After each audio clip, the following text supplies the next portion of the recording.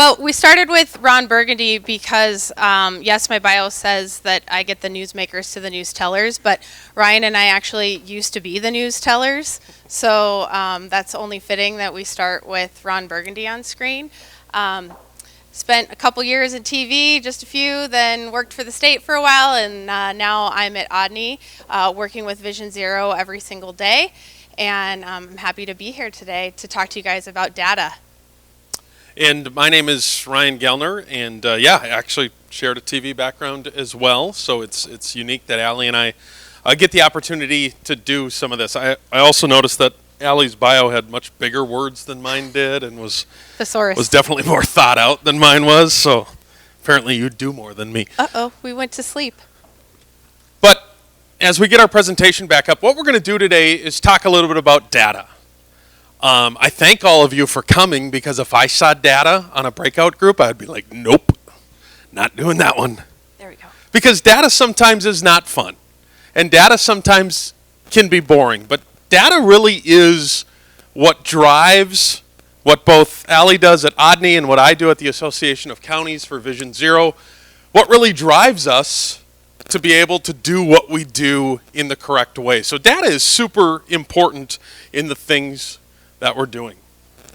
It is, and so this isn't going to be a boring data presentation where we're going to just harp a bunch of numbers at you.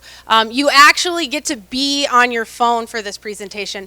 Unlike most of you this morning who were probably wishing you were on your phone looking at Facebook, but if you've heard anything about like what's happening in the outside world today, you'll know that Facebook and Instagram and Meta was completely down. So if you were wanting to check your phone looking at Facebook this morning, you couldn't do that, but you do get to check your phone today as a part of this presentation because you get to play along with us. So be sure to go to menti.com, enter this code, and we're going to ask you for your participation throughout this presentation. It's not going to be any fun if you don't participate, so we're hoping that you will.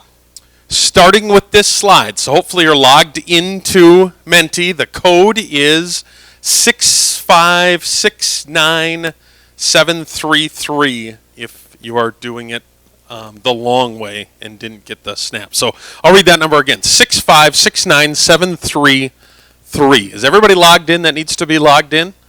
Everybody got their phones? Give us a nod, thumbs up. If you don't participate, it's going to be very boring the rest of the presentation. So I urge you to participate and play along. There's a ton of misconceptions when it comes to traffic safety, why people are crashing, where they're crashing, when they're crashing. So we want to gather some of that data from you to see what you think is some of our biggest problems. So you're ranking these. You can either select one or you can select all 5 and put them in the order that you think they should be in. Looks like distracted driving, looks like in this room is the biggest issue in traffic safety.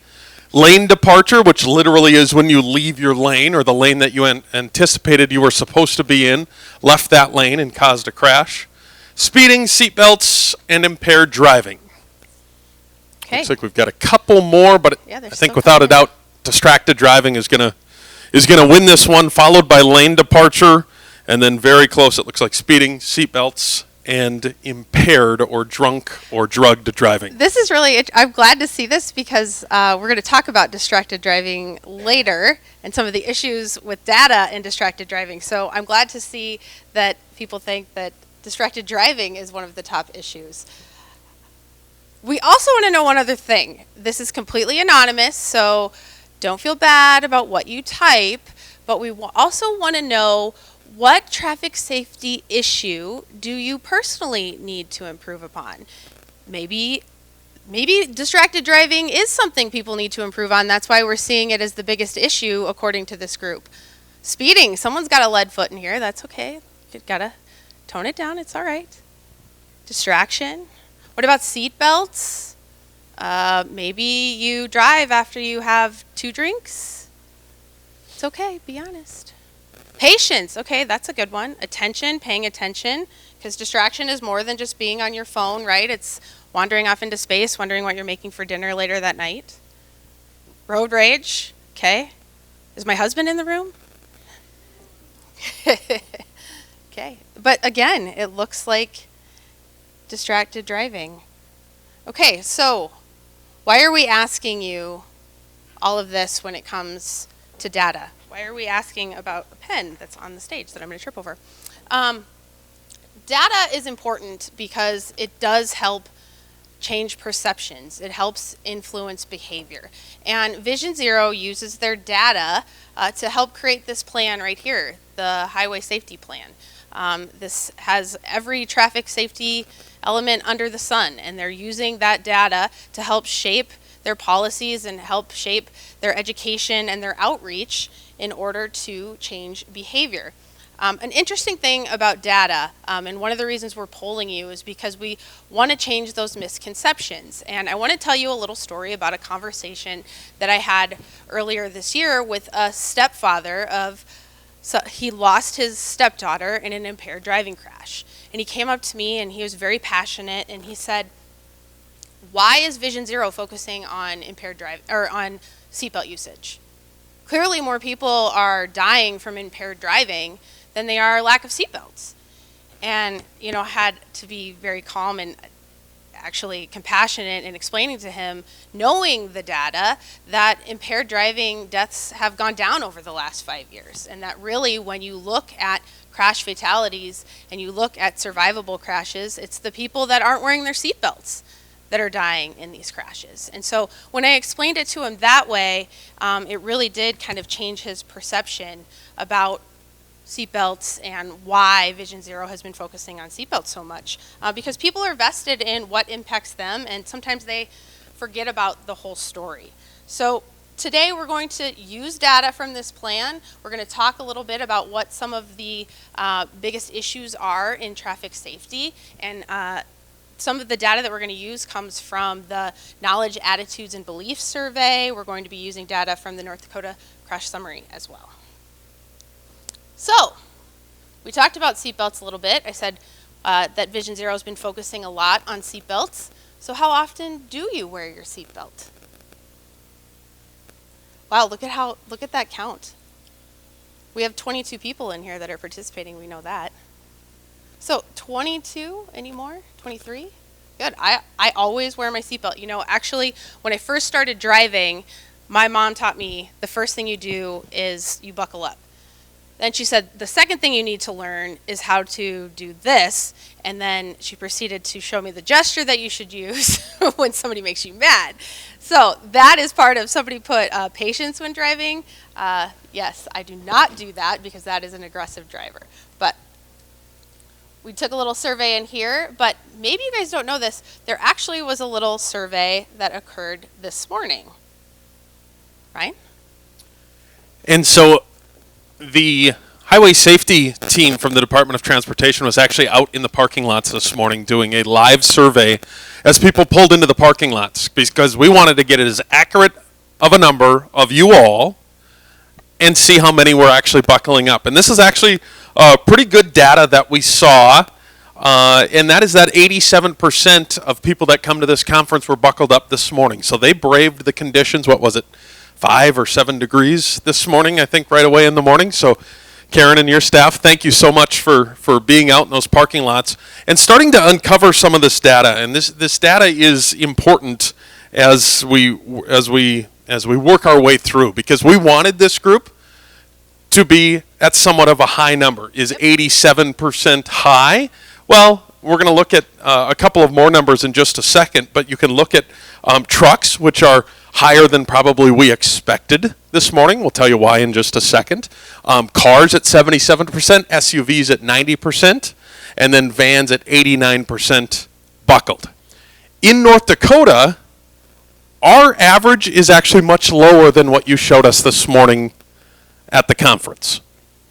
Our last survey, which is the CAB survey, Knowledge, Attitudes, Behaviors, Beliefs, was that 82.6% of North Dakotans buckle up across the state.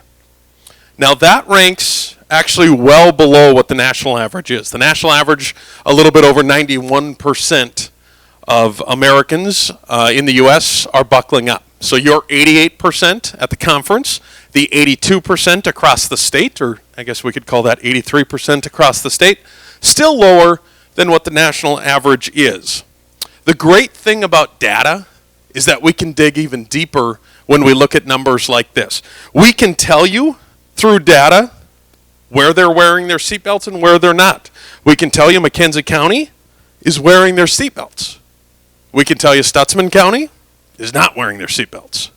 And data drives us to all of that so we can respond to Stutzman County appropriately and give them the messaging that they might need appropriately.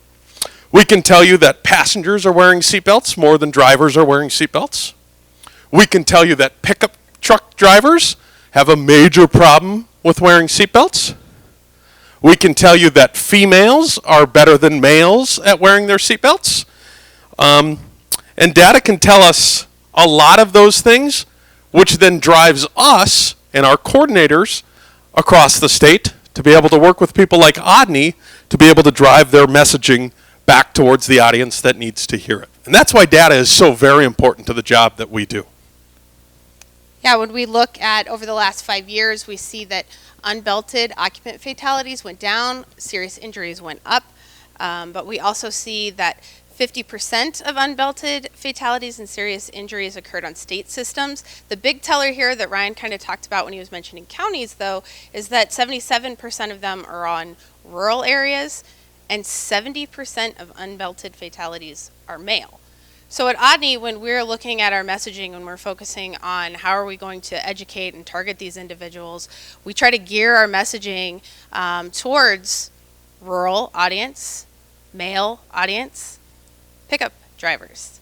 So it was very interesting for us to see that the pickup drivers did have a higher rate of seatbelt usage today. That was encouraging to see. We like to see that.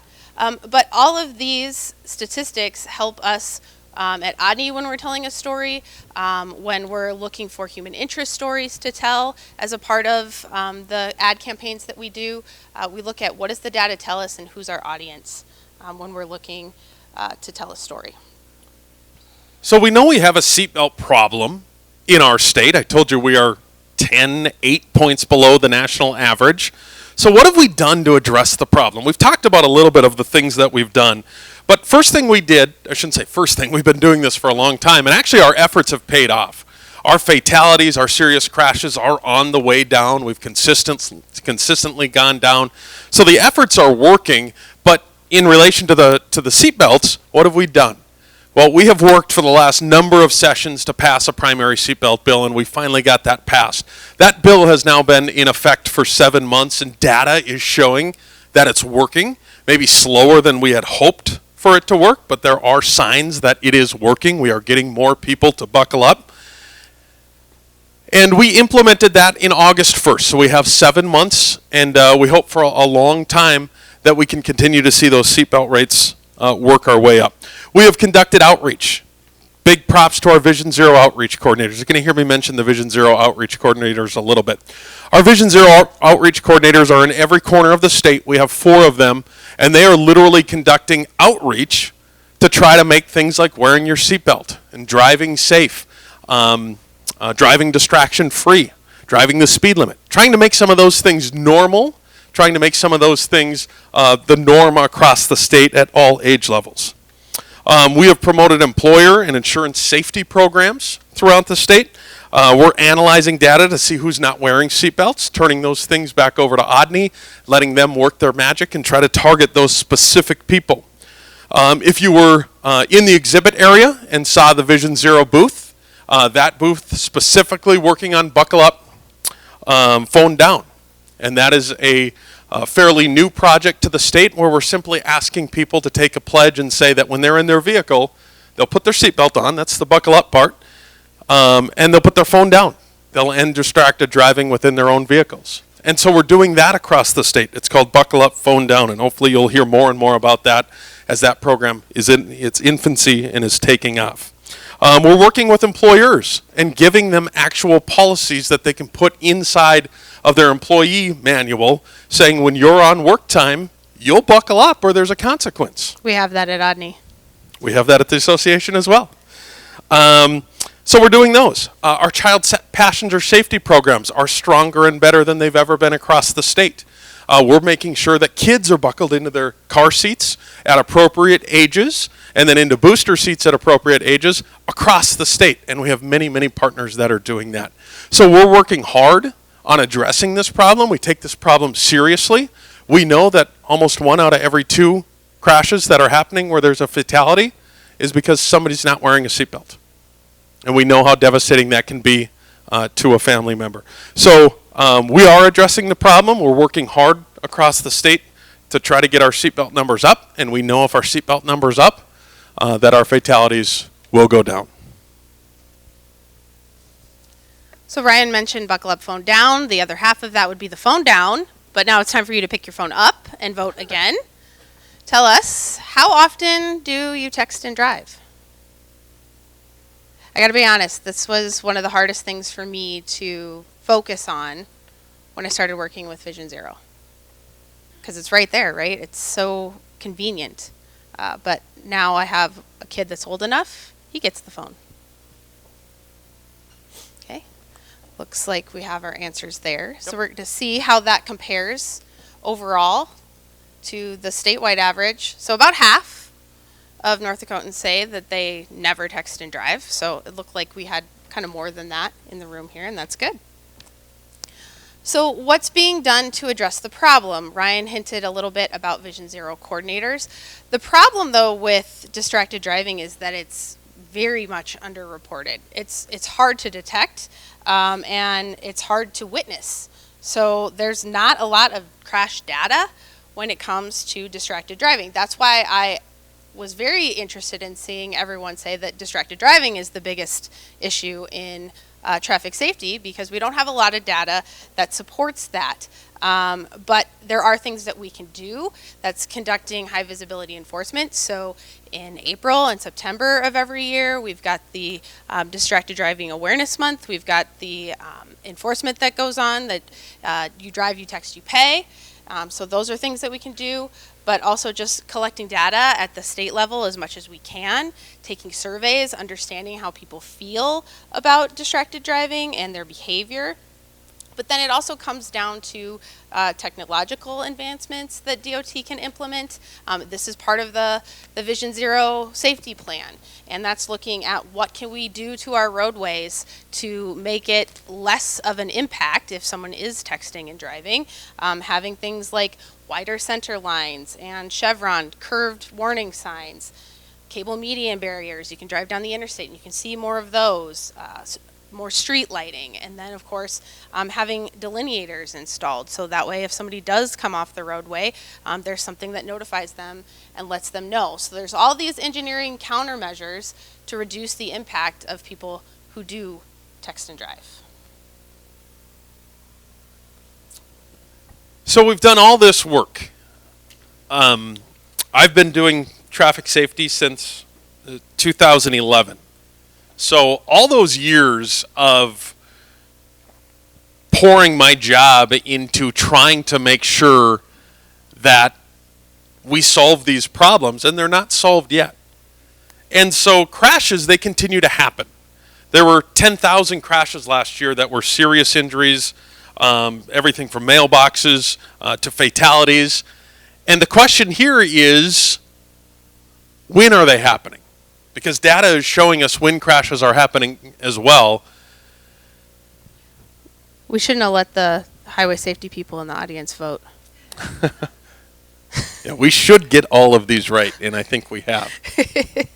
Okay, we're not going to give you the answer yet, but we did want to grab your data on that, and it makes sense that summer there's probably a lot of miles driven, and winters there's probably some ugly roads. So we will see what that comes up with. Then over the last 5 years, we take the data, we put it all together, and we find out where the most fatalities are. So what month or months do you think the highest fatalities are? I just asked you which season. Now I want you to be specific and tell me, in the last 5 years on average, the highest number of fatalities. Looks like 5 or 6 different answers, 5 or 6 different months, and now we get a couple of more. Karen, stop voting.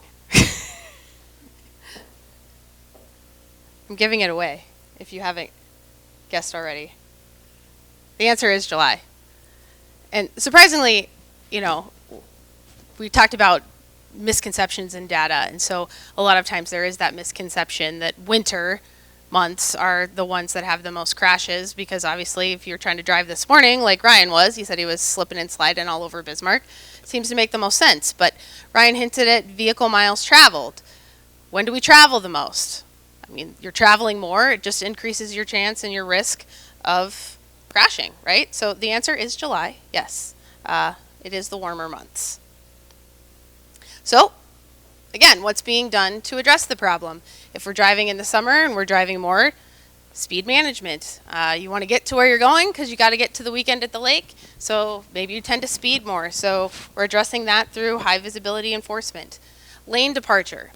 Lane departure is a factor in just about every traffic safety emphasis area that we look at with Vision Zero. Lane departure is the leading cause of fatalities, seems like every single year. But that's because if you're not paying attention to the road and you're veering off, then you're going to depart your lane and you're going to crash into someone or something.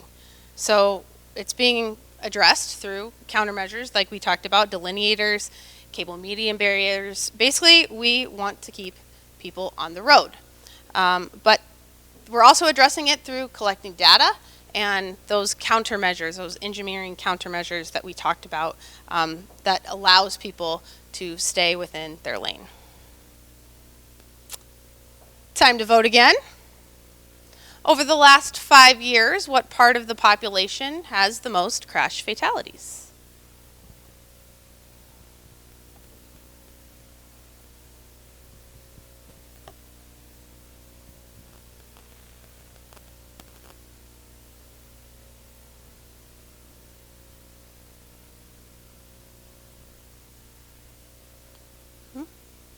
Seems like it's leveling off.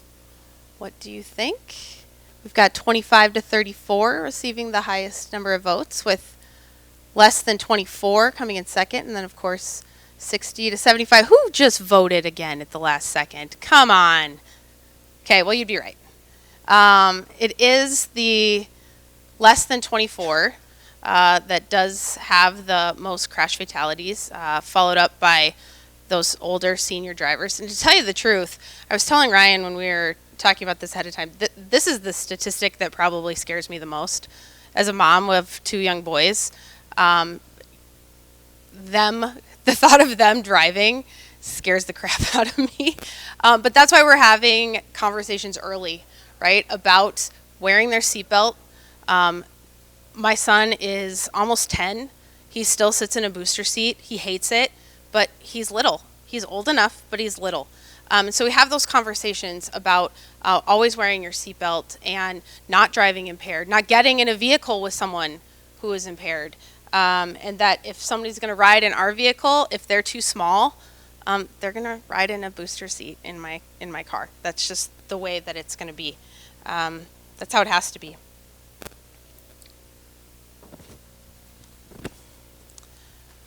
So, what's being done to address this problem, Ryan? So we talked about young drivers being statistically the ones that are crashing and ultimately getting serious injuries and dying in car crashes. And we're doing a lot to address young drivers, from best practices to the coordinators to the schools.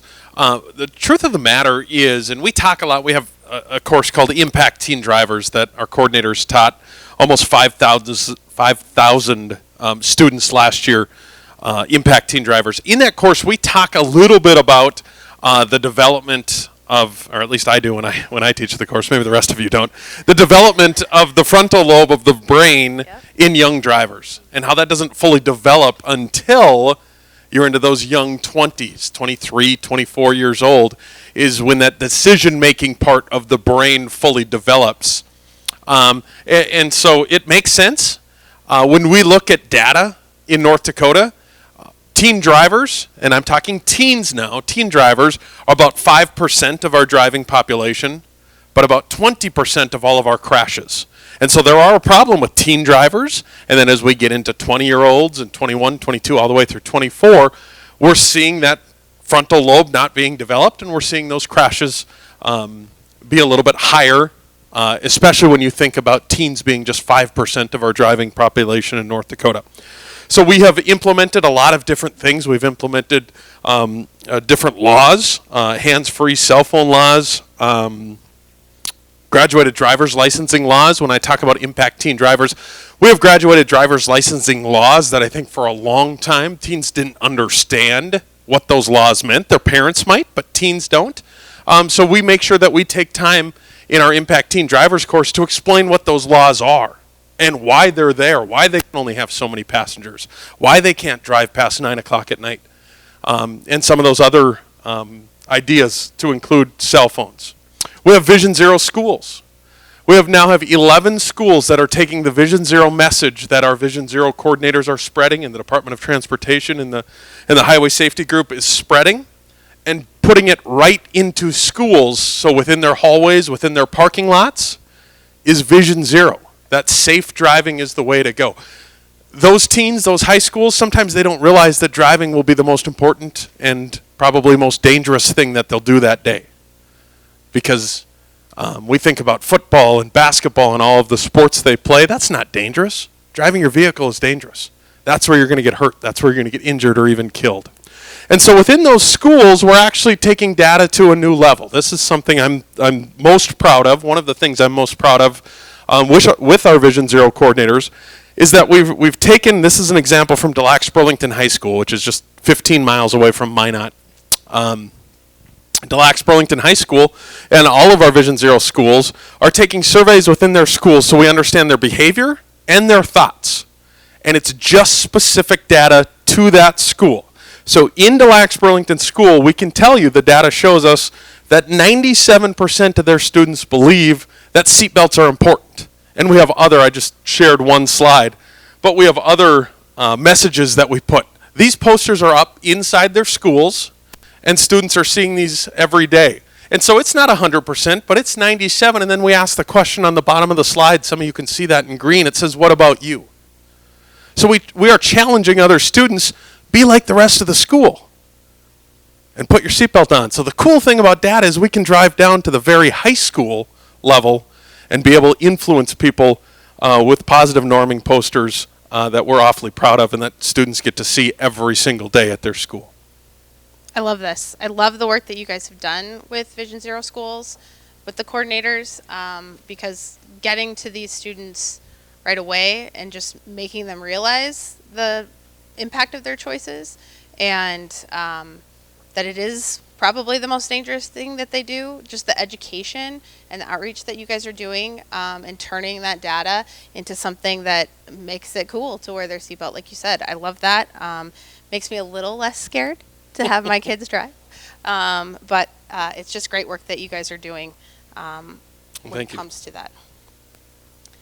Okay, so the second group that you noticed is older drivers. Ryan's having me take this slide because clearly I'm the oldest between the two of us, so he figured that that's fact, actually. That I could speak from experience about what's being done to address the problem of older drivers, and really it comes down to addressing transportation needs. Vision Zero has done a great job of developing resources for older drivers that addresses things like their driving skill assessment, screening, and education opportunities, understanding mobility issues as a driver ages that impacts your ability to drive and operate a vehicle correctly, and looking at things like if my parents' license gets taken away, how are they going to get to do the things that they need to do? And so using those resources to address their needs is a big part of the conversation, because we know as our parents age, we have to turn into the parent ourselves. And so addressing that through how are we going to get them from point A to point B? What are their mobility issues? And is having that conversation of is it time to take away the license is one of the ways that they're addressing issues with older drivers. So data really does drive change. We put this slide up here because we thought it would be really easy for you guys to read. So you could see all the data points that we were talking about today.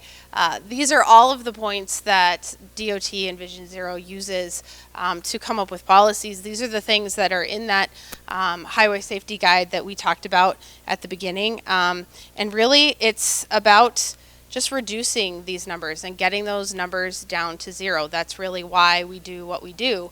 At the end of the day, we kind of hope we want to be out of a job, really, getting those numbers down to zero and shrinking those bars is what it comes down to. If you guys were part of the morning session and Director Henke had you stand up to look at crash data points, it really kind of hits home that these aren't just statistics, these are people. These are people that are impacted by crash fatalities every day. And it's, if you're not going to wear your seatbelt for yourself, you wear your seatbelt for your loved one, because that's really what matters. And so every day, I know when Vision Zero goes into the office, they're thinking about the people and the lives that they're impacting.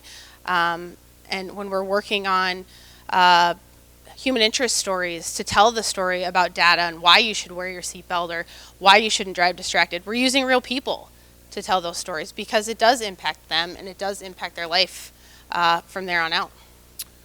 And so I know graphically this slide is probably pretty easy to identify, but I want to take you through it just a little bit so you fully understand where our problems are. So the right side of that slide where the orange is, those are fatalities. The left side on the blue, these are serious injuries. And so we look at the very top one, and that's unbelted vehicle occupants. 57% of our fatalities in North Dakota are coming from unbelted vehicle. The next one down is lane departure, where people are leaving their lanes, going off the highway, crossing the center line, whatever it might be, but leaving their lanes, getting in a crash and ultimately being seriously injured or having a fatality. When a crash happens, the highway patrol or the local police officer has this checklist and is checking these boxes so that when they get to the highway safety office, they are tabulating these. Can you have more than one? Yes, you can leave your lane and not have your seatbelt on, so you can be doubly checkmarked, so to speak. The next one down is local system roadways, 39%. Impaired driving is the fourth one down, that's 36%. Speed and aggressive, driving too fast for conditions. We see that at 34% of fatalities, 40% of speed and aggressive. Our oil impact counties, our western counties, where those rank in there. Intersections, interestingly enough, a little bit higher on our serious injuries, but 22% on our fatalities. And then comes older drivers. The next one is commercial heavy, what does that say now? Commercial I'm too motor close. vehicle? Say it again? Commercial motor vehicle and heavy licensed vehicles. Thank you. Young drivers are next, and then motorcycles, winter weather, pedestrians, work zone, train, and distracted driving.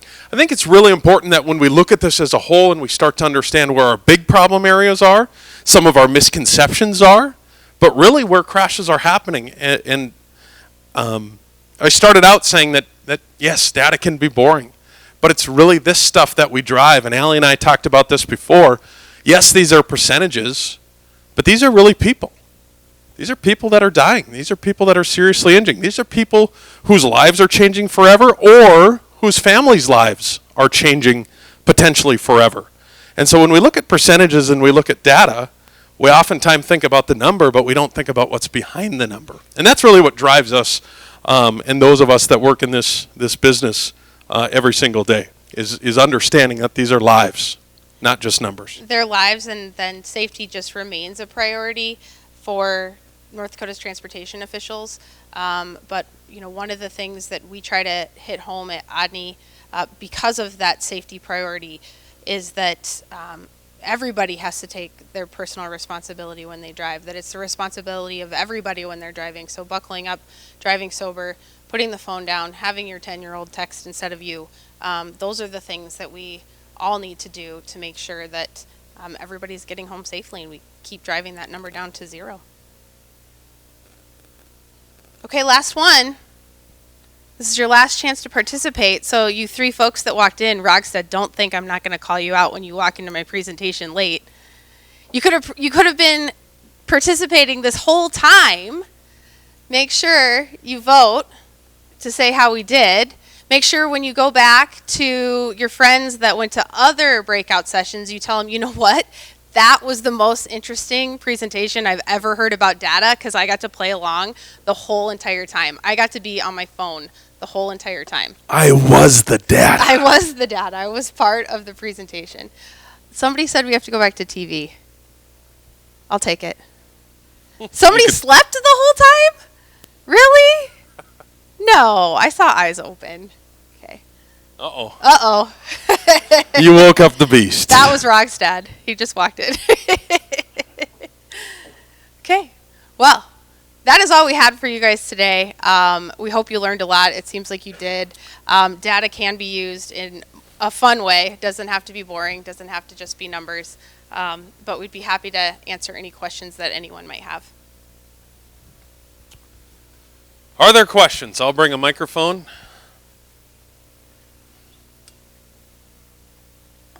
Are data experts even in the room? We can answer anything. Yep. We do have experts in the room.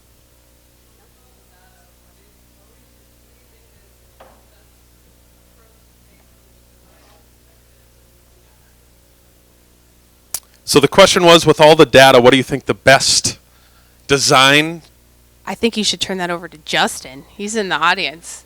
the best design structure, is that what you called it? The best design approach to take with respect to infrastructure when we're talking about roads, work zones. You know, one of the bigger items on the fatalities list was local systems, local roads. What is it that we're missing from the design perspective in the industry? Justin, do you actually want to take a shot at that?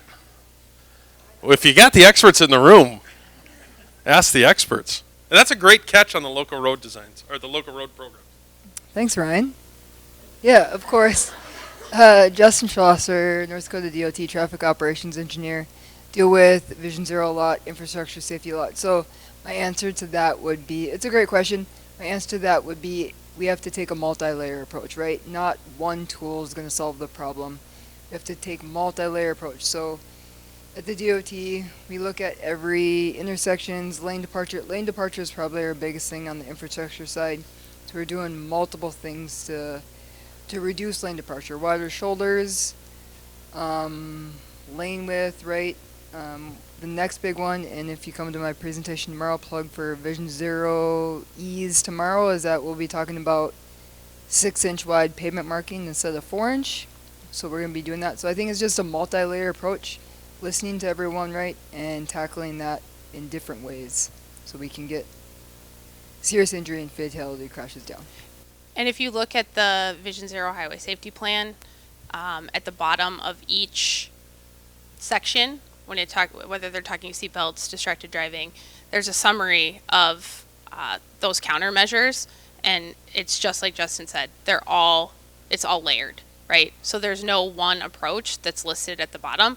I could have had notes for days when it came to what's being done to address the problem, because there really is. It's a beautiful document, by the way. Take a look at it. Colorful, and it's all put together with that layered approach. I bet you all want to know my answer. No, my answer to that question would have been, but it never goes over really well when engineers are in the room, but when in doubt, roundabout. No? Okay. And actually, I really like roundabouts. I have a ton in my neighborhood, and I would rather have them than stoplights. Thank you. That's right. We have a roundabout fan. I like this. No, you won't. Hill. It's not your hill. That's your roundabout. Anybody else have a question? You do? Okay. So, we talk about how distracted driving is underreported, and people don't want to tell them they might be. It's so easy to be distracted. You're not just falling asleep or getting tired. It's, thinking about what am I going to make for dinner tonight, all this stuff. So we're looking at the averages by year of how many people are reporting. Do we look at maybe a smaller band or control limits to say, is this going too low too quickly?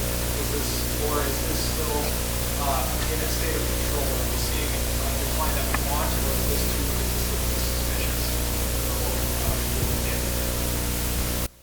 So your question is, if it declines too quickly, is the data just being underreported?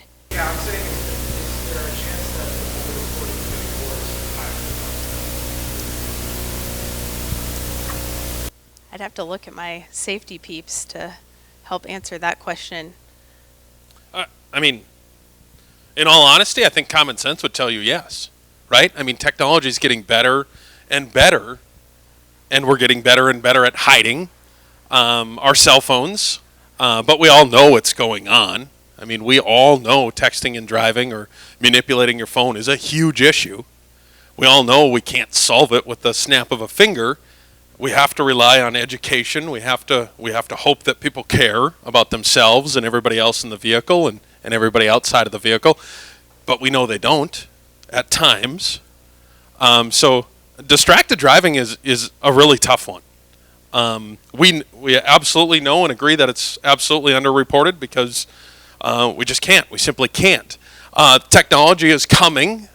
We have some technology in places that is actually able to tell if that vehicle is manipulating the phone. It's not enforceable by any means, but we are going to be able in the next year in North Dakota, going to be able to gather some data that shows us much more realistic numbers on distracted driving, and hopefully we'll be able to share those numbers as they come out. And again, that technology is pretty new, but we have it, and we're testing it in the east side of the state. And we're going to be able to, hopefully, be able to share how big of a problem that we obviously know it is, but be able to quantitate that with some data. So I don't know if that answered your question, but wait 1 year and let's see what we can come up with. So technology is going to improve to take technology out of our hands, essentially. We'll see if it's enforceable. Yeah. Enforcement is such a huge piece of everything we do. Unfortunately, you got to hit us in the pocketbook sometimes to make us change behaviors.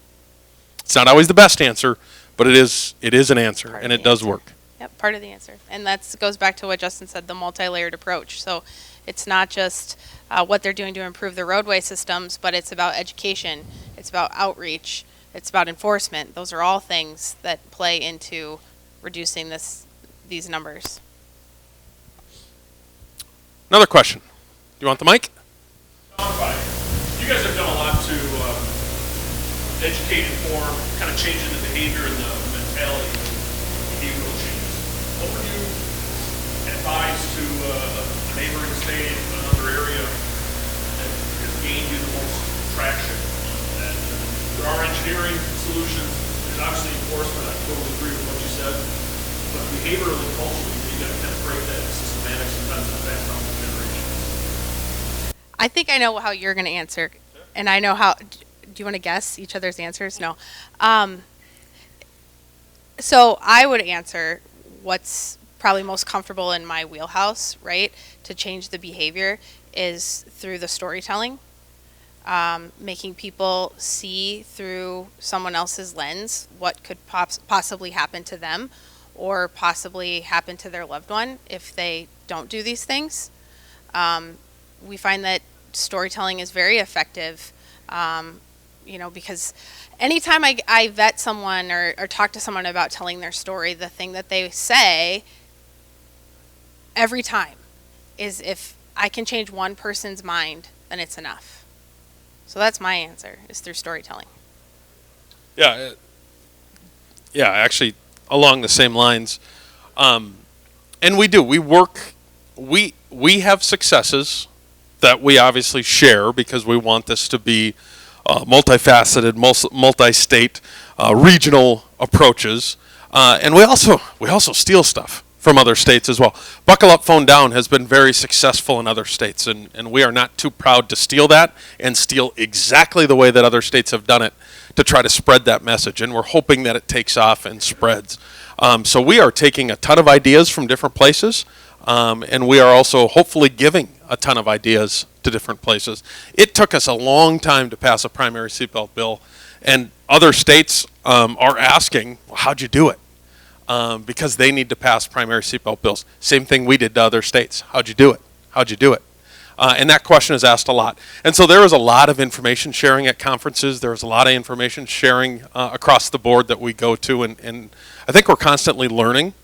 as we go. But I think Ali said it. The mentality has to be, if one person hears one of our messages and puts a seatbelt on that normally didn't, that's a success. So we can't always bank our successes on percentages and data, because people change data. You put 2 or 3 people that weren't here a year ago, that can change our data. But we know that if we can make a difference and get one person to buckle up or not text and drive just that day, that we've made a difference. And sometimes that's the tough one to remember, but that ultimately is what it's about. I thought you were going to say educating young ones early, but I should have guessed We're primary trying that belt too. law. Ryan worked really hard on the primary belt law too. So, any other questions? Yes. Corner. That's so virtually the question was, if we, these data collectors that are right now on the east side of the state, if those work and we are able to repeat them virtually, what can the end result be to go even further and make people then want to put, I assume, their phones down? You're talking texting. I don't know. I hope there is. I don't know what the data is going to show us for real. I think it's going to be as bad or worse than what we figured. We have them in school zones. We have them in highly populated areas, and we have them in rural areas as well. I shouldn't say we. They have them in those areas. And I don't know. I don't know what the end result is going to be. I know we're going to study it like heck and try to figure out how we can make someone's brain click to say that texting and driving is dangerous, and without an incentive, how do we get them to stop? That's the $1 million question. Side portion of those detectors is something on the side of public. Basically, you're going to bump the shape more or less in a nice way, but if it does say buckle up or it does say hold down the car behind you, you're going to see it. So that can be taken either way, whether it's positive or negative reinforcement. So I assume you all heard that. The signs will actually say, put your phone down. We know you're texting. Or they have the capability to do that, I should say. We'll see if we get in trouble for that or not. But Leah, how does it know? I'll give you the mic. Great, I wasn't ready for this. So it uses infrared lasers, and so it can do a warm object in a warm object in a hand. So if you're listening to your podcast and you're holding your phone up, it obviously would come up as phone use. But if your phone's down, like it should be if you're listening to a podcast, then it's not going to come up as that. So yeah, but it's through the infrared lasers and the heat. I like it. And they are brand new. So I we'll like see it. what kind of data we can gather. And absolutely we'll share it if we can. And hopefully we can grow it. Ultimately, at the end of the day, you should not have an attitude of, well, I get home safely every day. I mean, ultimately, at the end of the day, like you talked about, driving is one of the dangerous things we're going to do every day, and people need to realize that because all it takes is one time. Well, thank you all for coming. Thank you. Thanks for participating. That's what made Yes, it fun. thank you.